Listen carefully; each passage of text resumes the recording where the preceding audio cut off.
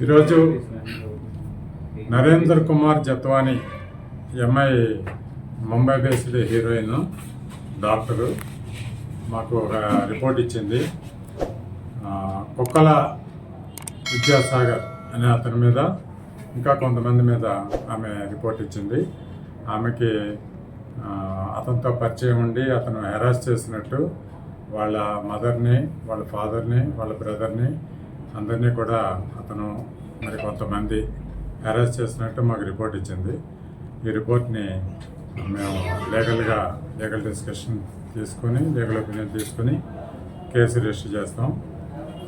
ఆ కంప్లైంట్లో ఉన్న కంటెంట్స్ని బట్టి ఆ క్రిమినాలిటీని బట్టి ఎవరెవరు బాధ్యులు అన్నది వాళ్ళ మీద యాక్షన్ తీసుకుంటాం, లీగల్గా యాక్షన్ తీసుకుంటాం.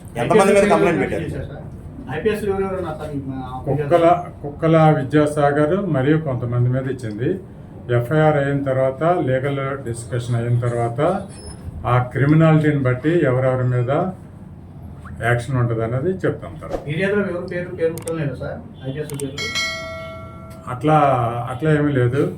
విద్యాసాగర్ మరియు కొంతమంది అది చూడాలి. అది వేరే కేసులో విద్యాసాగర్ పెట్టిన కేసులో ఉంటుంది. అది చూడాలి, చూసి చెప్తాం. ఇప్పుడు ఫిర్యాదు ఇచ్చిన దాంట్లో ఐపీఎస్ పేర్లను మెన్షన్ చేయడం జరిగింది. అది కూడా ఎఫ్ఐఆర్ అయిన తర్వాత చెప్తాం.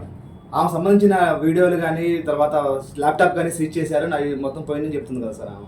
దాని మీద చెప్తున్నారు సార్. మొత్తం మీద ఎఫ్ఐఆర్ ఎంతమంది పేర్లు నమోదు చేశారు సార్, మెన్షన్ చేశారు సార్? అకౌంట్ నెంబర్ అంటే వాళ్ళు ఇచ్చినవన్నీ కాదు, దాంట్లో క్రిమినాలిటీని బట్టి ఎవరెవరి మీద అది ఫిక్సప్ చేయాలి, ఎవరెవరి మీద యాక్షన్ తీసుకోవాలి అన్నది లీగల్ ఒపీనియన్ తీసుకుని ఎఫ్ఐఆర్ ఇష్యూ చేసిన తర్వాతనే చెప్తాం.